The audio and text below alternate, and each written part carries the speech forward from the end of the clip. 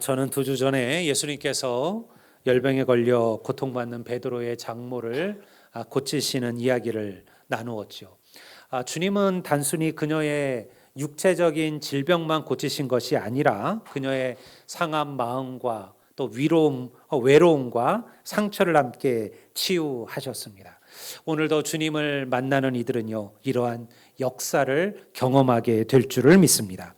주님은 한 영혼의 아픔을 아시고 그리고 그를 고치셨지만 사람들은 주님께서 안식일을 어겼다라고 비난했어요. 유대인들은 안식일에 병자를 고치는 것을 일이라고 여겼습니다. 왜 꼭 오늘이냐? 오늘 고치지 않고 내일 고쳐도 되는 거 아니냐? 이것이 당시의 유대인들의 생각이었죠. 근데 주님은 다르셨어요. 주님은 단 한순간이라도 그 병에 걸린 이들이 고통 속에 시간을 보내는 것을 견디지 못하셨습니다. 그래서 주님은요, 그날이 안식일이든 무슨 날이든 그를 고치고 치유하고 회복하는 것이야말로 진정한 안식일이라고 생각하신 것이죠.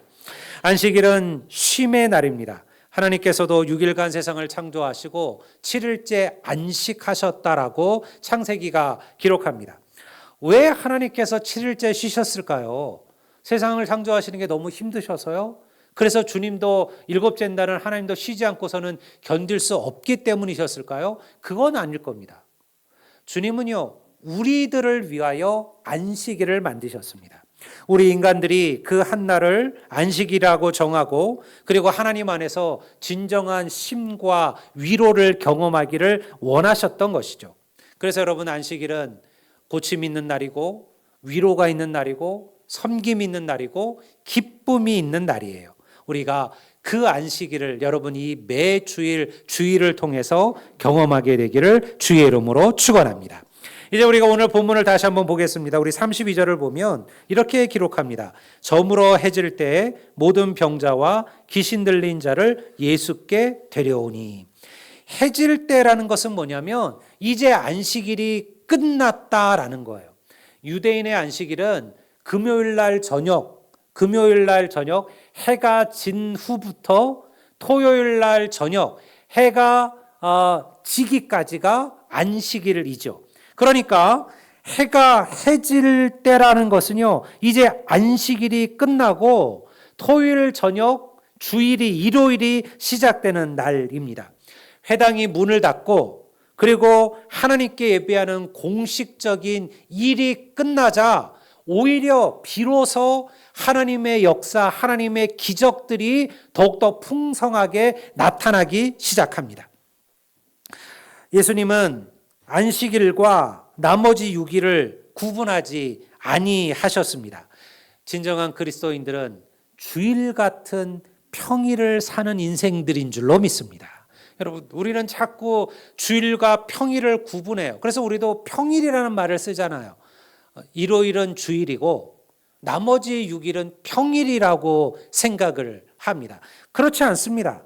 여러분, 주님께서는 안식일에만 기적을 행하지 않으셨어요.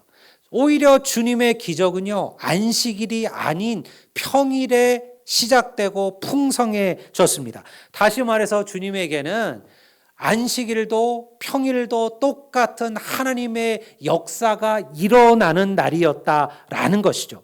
이것이 여러분, 우리가 주일과 같은 평일을 살아가는 그리스도인이라는 의미를 갖는 거예요. 많은 이들은 평일날은 주님을 잊고 살아갑니다.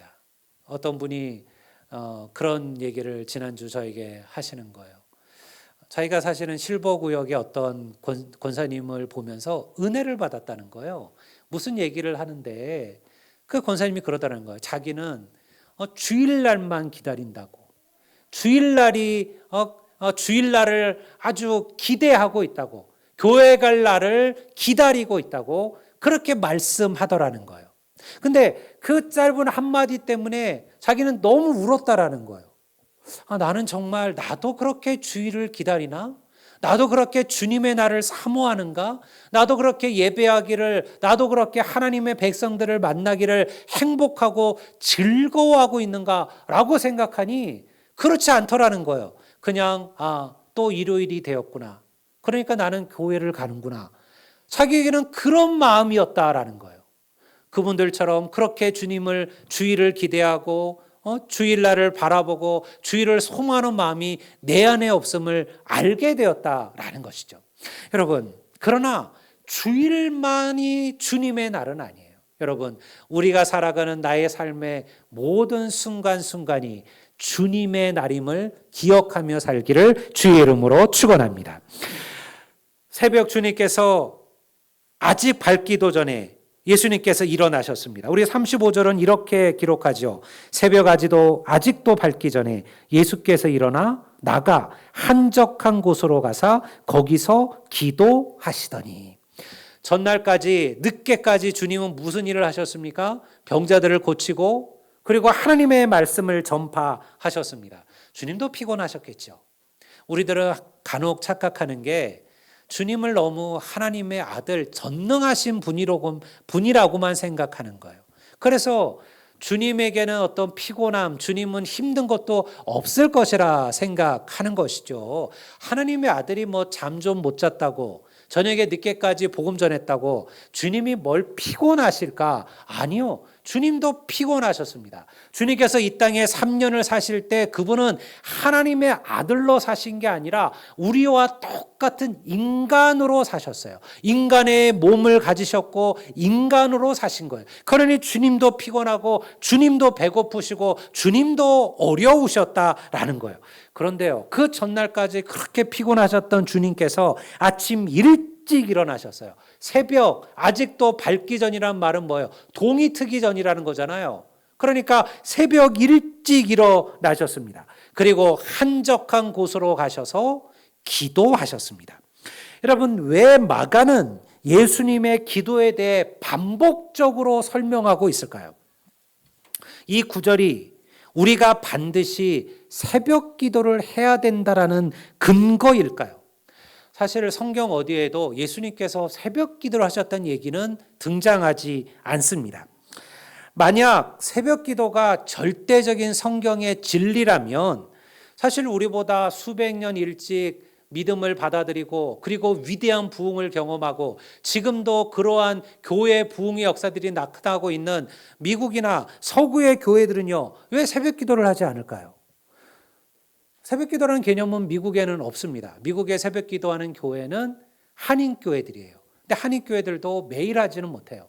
그냥 주일이나 토요일 같은 날 일주일에 한 번 새벽 기도를 하곤 하시죠. 근데 여러분, 미국이나 서구의 교회들이 그 수백 년 동안 새벽 기도를 해야 되느냐 마느냐로 논의를 하거나 논쟁을 벌인 적은 한 번도 없었어요. 새벽 기도가 없었지만 그렇다고 해서 미국과 서구의 교회가 쇠퇴한 것도 아니에요. 위대한 부흥을 이끌어내고요, 전 세계에 수많은 선교사들을 파송했죠.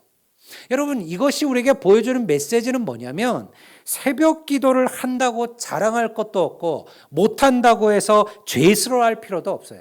중요한 것은 뭐냐면 어떠한 시간이냐가 아니라 주님께서는 늘 항상 기도하셨음을 기억하시기를 바랍니다. 주님은요, 우리에게 기도하기를 가르치시는 거예요. 주님께서 왜 기도 얘기를 계속 성경에서 이야기하고 비유로 가르치고 계시느냐?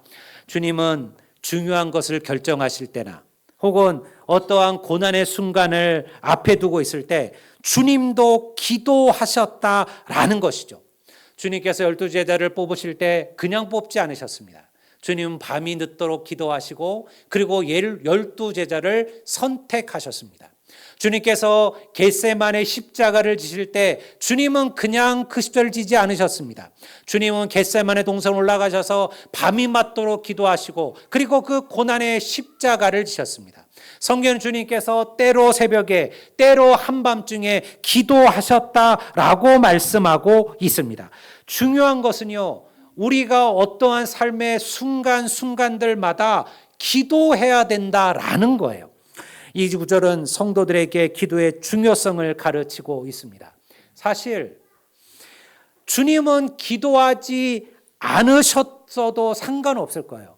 주님께서 기도해야지만 주님께서 역사를 일으키실까요?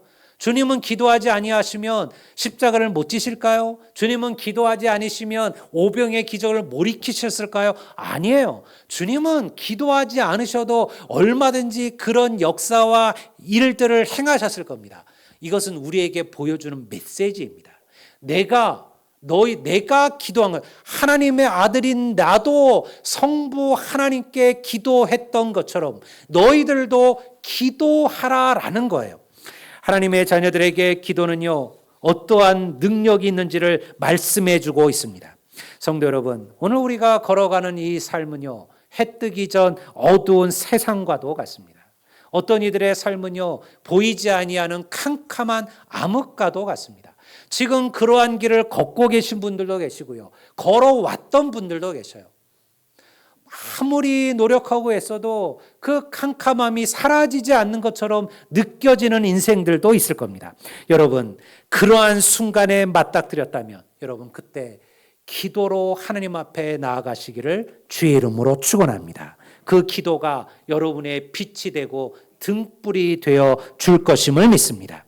또 한 가지 우리가 여기서 기억해야 될 것은요, 왜 주님께서 한적한 곳을 찾으셨다라고 기록하고 있을까요? 왜 한적한 곳일까요? 우리는 기도할 때 한적한 곳이 필요합니다. 예수님께서는 다른 말씀으로 골방의 기도라는 말을 썼죠. 너희들이 골방에서 하나님께 기도하라 말씀하셨습니다. 이것은요, 단순한 장소의 문제를 말하는 게 아니에요. 기도는 하나님을 대면하는 것입니다.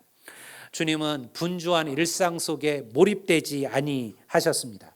지금 이때가 어느 때입니까? 이제 막 정말 주님을 향한 그 분위기가 막 일어나는 때였어요. 수많은 이들이 주님을 떠받들고 메시아라고 숭상하기 시작했습니다. 그런데요, 주님은 그런 분주함 속에서 몰입되지 않았다는 거예요. 정말 주님께 중요한 것은 뭐냐면 하나님과의 끊어지지 않은 영적 교제였습니다. 주님은 그것을 기도로 이루셨습니다.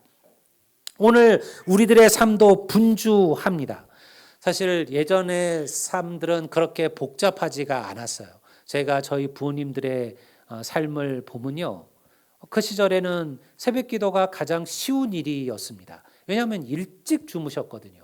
그리고 일찍 주무실 수밖에 없는 게 별로 재밌는 것도 없었어요. 텔레비전도 몇 개 나오지 않았고요. 지금처럼 무슨 넷플릭스가 있습니까? 티빙이 있습니까? 그리고 우리가 인터넷 TV를 볼 수가 있습니까? 방송 채널도 몇 개 되지 않았죠. 그것도 시간 되면 다 끊어져요. 그리고 하는 이제 방송 조정 시간으로 바뀌잖아요. 그리고요, 뭘 별로 재미있는 것도 없었어요. 스마트폰도 없었죠. 컴퓨터도 없었죠. 그러니 여러분 그때는 그저 보통 9시 되면 10시 되면 다 잠자리에 들었습니다. 그리고 나서 새벽 4시 되면 일어나셔서 새벽 기도를 하셨죠. 그리고 성도들도 그게 가장 쉬웠습니다. 근데 요즘은 달라요. 요즘은 12시 이전에 자는 이들이 많지가 않습니다. 젊은이들은 더욱더 그러합니다. 아이들 챙기고 남편들 직장에서 돌아오는 거 보고 얘기 나누고 뭐 하다 보면 금방 11시, 12시가 되어가죠. 그리고 여러분들 침상에 누워도 그냥 자지도 않잖아요. 또 다 뭐 들여다봐요? 스마트폰 들여다보다가 얼굴에 한 번씩 다 떨어뜨려 보고 그리고는 자는 거예요. 그러니까 여러분 그런 이들이 새벽에 기도하는 것은 쉽지 않을 겁니다. 저도 그것을 알아요. 여러분 그래서 중요한 것은 시간의 문제가 아니라 하나님은 마음과 장소의 문제를 찾으신 거예요. 여러분 하나님과 내가 대면하고 직면할 수 있는 곳, 그곳이 바로 한적한 곳임을 믿습니다. 그러니요 여러분 교회 와서 기도하시면 좋죠. 근데 그게 아니어도 어디든지 내 인생에 한적한 곳을 만드셔야 돼요. 누군가에 방해받지 않고 누군가에 휩쓸리지 않고 정말 마음을 다하고 뜻을 다하여 살아계신 하나님께 기도로 나아갈 수 있는 그곳, 그곳이 바로 주님이 찾으셨던 한적한 곳이에요. 여러분 그곳에서 주님은 우리를 만나 주실 줄로 믿습니다. 오늘 우리들은 그런 분주함 속에서 하나님을 찾습니다. 여러분 그렇기 때문에 더욱더 우리는 기도가 필요해요. 빌 하이빌스 목사님, 윌로우 크릭이라는 미국의 한 4만 명 되는 교회죠. 그 거대한 교회를 목회하시는 빌 아이빌스 목사님 있는데요. 그가 쓴 책의 제목이 그래서 분주하기에 나는 기도합니다라는 책이 있어요. 그렇게 바쁘고 그렇게 힘들기 때문에 내가 기도하지 않고 살 수 없습니다라는 고백이에요. 여러분, 어디든 하나님을 향하여 나아가는 곳, 그곳이 한적한 곳이고요. 우리가 그곳에서 하나님을 찾을 때 우리는 반드시 하나님을 다시 만나게 될 줄로 믿습니다. 성도 여러분, 인생의 중요한 순간들마다 우리는 정말 진심을 다해 기도하고 계신가요? 뜻하지 않은 고난과 환난이 혹은 내 힘으로 넘기기 어려운 문제들이 내 앞에 찾아올 때, 그때가 새벽을 깨우고 밤이 맞도록 하나님 앞에 기도해야 될 때임을 믿습니다. 기도는 반드시 길이 막힌 곳에서 새로운 길을 여는 역사를 일으킴을 믿습니다. 이제 그 다음 구절을 다시 한번 볼까요? 우리가 36절 37절입니다. 시몬과 및 그와 함께 있는 자들이 예수의 뒤를 따라가 만나서 이르되 모든 사람이 주를 찾나이다.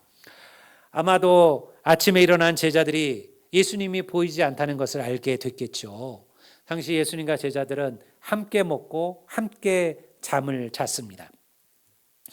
그리고 주님을 찾기 시작했어요. 왜냐하면 아침부터 사람들이 막 예수님 계신 그곳으로 몰려들기 시작을 했습니다. 여러분, 이때 사실 이 당시에 가장 흥분된 사람들은 누구였냐면 예수의 제자들이었어요. 그들은 갈릴리 나사렛에서 그 시골 변방에서 고기나 잡던 어부들이었잖아요. 근데 그런 그들이요, 갑자기 사람들의 모든 관심과 집중의 중심에 서게 된 겁니다. 단순한 관심이 아니라요, 수많은 이들이 예수님을 왕으로 메시아로 받아들이기 시작했습니다. 어부였던 그들이, 사람들의 욕을 먹어가며 세리로 살았던 그들이 이제 수많은 이들의 부러움을 받는 자가 된 거예요. 백성들도 흥분했습니다. 자신들의 눈으로 예수님께서 죽은 자를, 병든 자를 고치시고 귀신을 내쫓는 역사를 본 것이죠. 그러니 이러한 예수라면 여러분, 그들을 로마의 압제에서 끌어내고 해방시키고 위대한 다윗의 나라를 이룰 것이라 그렇게 생각했어요. 이제 주님은요, 그 흐름에 올라타기만 하면 되는 거예요. 그런데요, 이 중요한 순간에 주님이 갑자기 사라져 버린 겁니다. 없어진 거예요. 주님을 찾을 수가 없게 된 거죠. 그래서 제자들이 물어 기도하던 예수님을 찾아냅니다. 그리고 주님께 이렇게 이야기합니다. 뭐라고 얘기했어요? 모든 사람이 주를 찾나이다. 여러분, 이 말 속에 어떠한 감정이 섞여 있는 것처럼 느껴지세요? 여러분들, 이 말 속에는요, 불평과 불만이 섞여져 있는 거예요. 이런 의미예요. 아니, 예수님, 도대체 여기서 뭐 하고 계십니까? 지금 다 사람들이 주님 찾아오고 주님 어디 계시나 찾고 있는 이때에 주님 뭐하러 여기서 여기 혼자 계십니까? 뭐하러 여기서 혼자 기도하고 계십니까? 이 바쁜 시간에 주님, 쓸데없는 짓 하지 말고 빨리 우리 다시 돌아갑시다. 사실은 그 의미가 모든 사람이 주를 찾나이다라는 이 말 속에 사실은 새겨져 있는 거예요. 예수의 제자들은요, 예수님을 이해하지 못한 거예요. 아니, 주님, 지금이 얼마나 중요한 때인데, 지금이 얼마나 중요한 시간인데, 이 바쁜 시간에 사람들 만나고 그들을 설득하고 자기 편 만들고 이래야지, 무슨 사람들도 없는 이 한적한 곳에 혼자 와가지고 기도하고 계십니까? 이게 중요한 게 아닙니다. 이게 당시 제자들의 마음이었어요. 여러분, 오늘 이 세대는 왜 주님을 찾을까요? 많은 이들은 하나님을 위해서가 아니라 자신을 위해 신앙을 필요로 합니다. 하나님의 이름을 팔아 자신의 배를 채우는 이들도 있습니다. 오늘 우리가 지금 주위에서 흔히 보는 이들이죠. 저는요, 정말 그런 것을 볼 때 목사로서 부끄럽고 죄스러워요. 목사로서 부끄럽고 죄스러워요. 과연 저들이 하나님의 일을 위하여 그들이 하나님의 얘기를 하고 그들이 교회를 얘기하고 예수님의 얘기를 하는 걸까? 그저 자기의 입속, 자기의 배를 채우고 돈을 위하여 하나님을 이용하는 거 아닌가?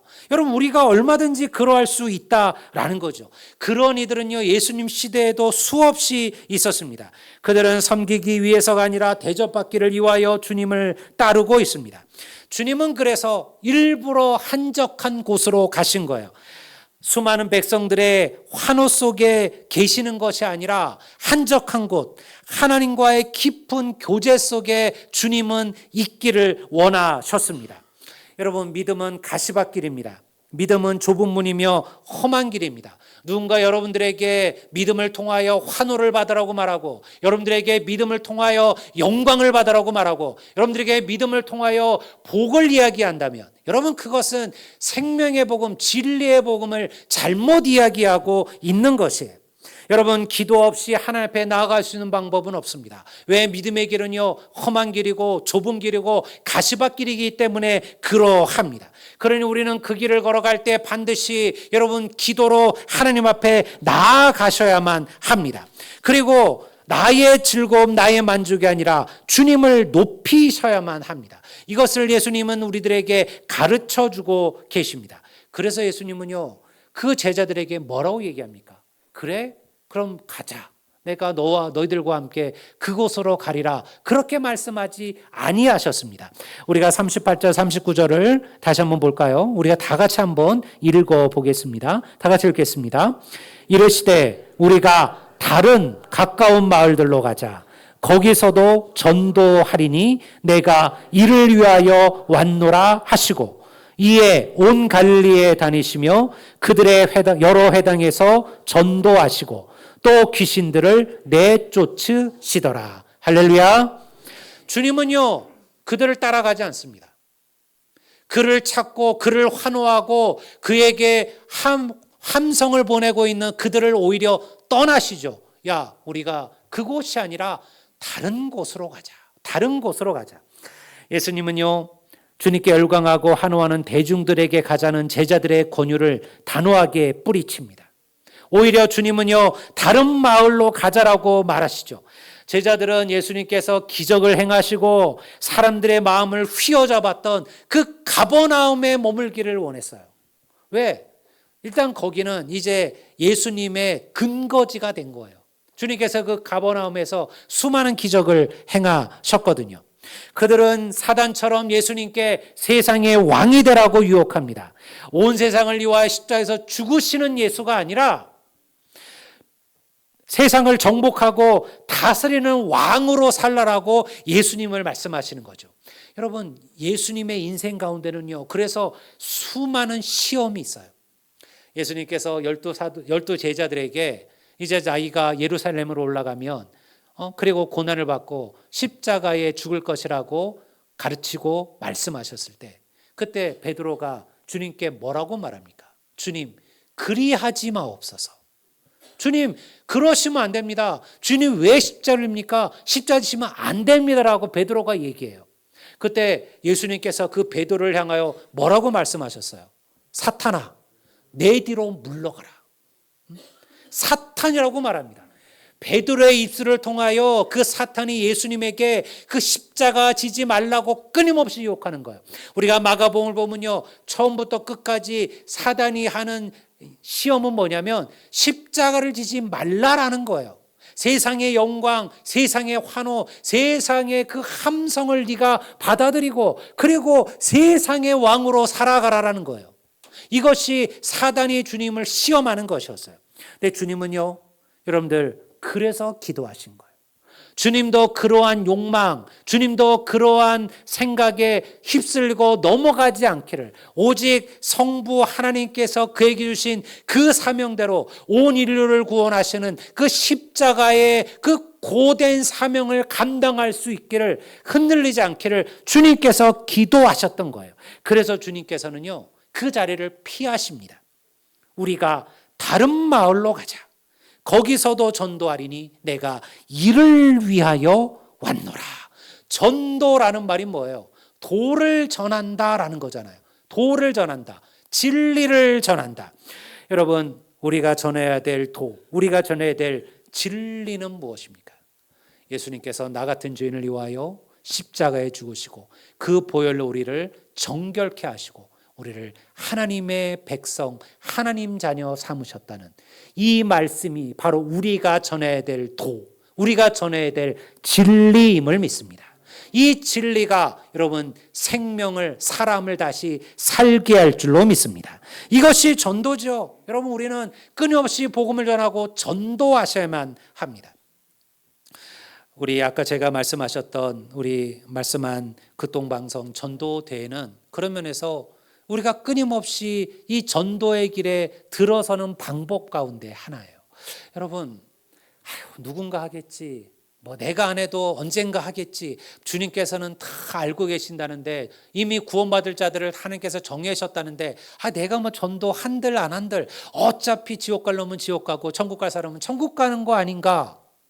그 말이 틀리지는 않아요. 하나님께서 이미 구원하실 자와 그렇지 않을 자들을 정해 놓으셨어요. 하나님께서 태초에 우리를 선택하셨다. 우리가 어머니의 태에 있기 전부터 이미 우리를 구원하시기로 작정하셨다라고 말하죠.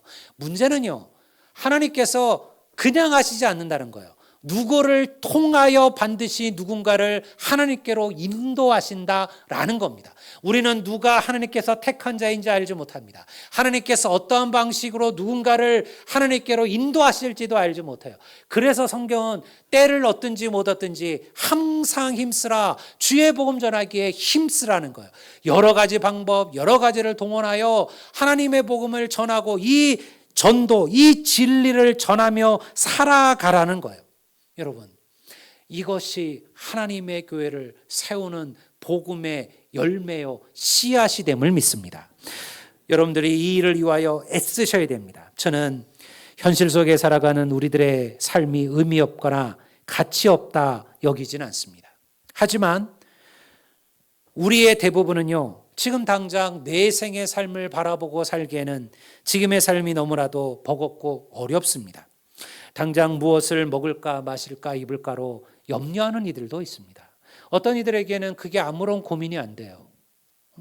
많은 것을 갖고 있고 쌓아 있는 이들에게 먹을까 마실까 입을까가 무슨 염려일까요? 근데 여러분, 요즘 수많은 청년들에게는요, 이게 너무나도 큰 고민입니다. 여러분, 그들은요, 남들처럼 평범하게 살기를 원해요. 근데 그것만큼 어려운 게 없어요. 그냥 그들이 대단한 사람이 되고 대단한 돈을 벌고 대단한 자리에 서는 게 꿈이 아니에요. 그냥 남들처럼 아침에 일어나서 출근하고, 남들처럼 아침에 일어나서 회사를 가고, 그리고 남들처럼 때가 되면 월급을 받고, 그렇게 사는 삶 자체가 어떤 이들에게는 사치라는 거예요. 그거를 꿈꾸는 수많은 청년들이 있고 젊은이들이 있어요. 여러분, 갈수록 어렵거든요. 회사들은 여러분들 어려우니까 새로운 신입사원들을 뽑지 않습니다. 그리고 기껏해서 뽑는 것은 다 경력직을 뽑아요. 여러분, 갓 대학을 졸업한 이들이 경력이 어디 있어요? 경력이라는 게 있을 수가 없잖아요. 그러니까요, 계속 밀리는 거예요. 나이는 들어갑니다. 여러분, 그들에게는요, 그렇게 그냥 평범하게 남들처럼 출근하고 회사에서 밥 먹고 사람들 만나는 삶이 누구보다도 간절히 소망하는 꿈이 되고 있는 거예요. 사람마다 달라요. 어떤 이들은 건강하지만요, 어떤 이들은 어찌할 수 없는 육신의 질병으로 고통을 받습니다. 여러분, 이 모든 것이 우리들에게 있는 일들입니다. 그러나 여러분, 이 모든 것들 하나님은 알고 계심을 믿습니다. 우리는 왜 하나님께서 나를 기억하지 아니시냐고 말씀할지 모르겠지만요, 그렇지 않습니다. 하나님은 마태복음에서 하나님 하늘의 아버지는 이 모든 것을 알고 계신다, 기억하고 있습니다. 하나님은 우리의 눈물도 알고 계시고 우리의 아픔도 알고 계십니다. 그래서 너희가 먼저 하나님의 나라와 하나님의 의를 구하라고 말한 거예요. 여러분, 그 말씀이 세상 것은 아무 쓸데없고 의미가 없고 소중하지 않으니 그런 것들 신경 쓰지 말고 하나님의 일을 해라, 그런 의미가 아니에요. 그것이 너희에게 얼마나 중요한지를 내가 아니. 그러면 너희는 내 일을 해라. 나를 붙들어라. 나를 기다리라. 나를 신뢰하라. 나를 바라보라. 그러면 내가 너희들의 먹을 거, 너희들의 마실 거, 너희들의 입을 거, 너희들에게 있어야 될 것 내가 채우고 내가 부어줄 것이라.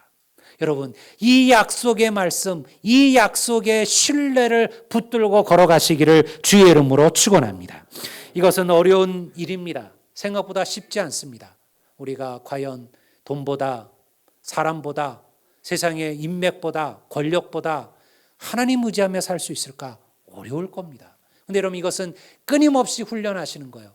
내려놓으십시오. 하나님을 붙드십시오. 어려운 순간 내 힘을 어찌할 수 없는 삶의 어려움들이 앞에 찾아오셨습니까? 여러분, 주님처럼 한적한 곳을 찾아 하나님 앞에 엎드리시기를 주의 이름으로 축원합니다. 성도 여러분, 우리는 전도자입니다. 우리는 교회를 전하는 자가 아니라 생명의 근원이신 예수 그리스도를 전하는 자들입니다. 우리는 교리를 전하는 자들이 아니라 내 삶을 통해 살아계신 주님을 전하는 자들이에요. 기도는 우리로 여러분들 주님처럼 전도자로 살게 할 능력을 줄 것임을 믿습니다. 이번 한 주도 이 말씀을 기억하며 주님의 복음을 전하며 그리고 기도하는 한 주가 되기를 주의 이름으로 축원합니다.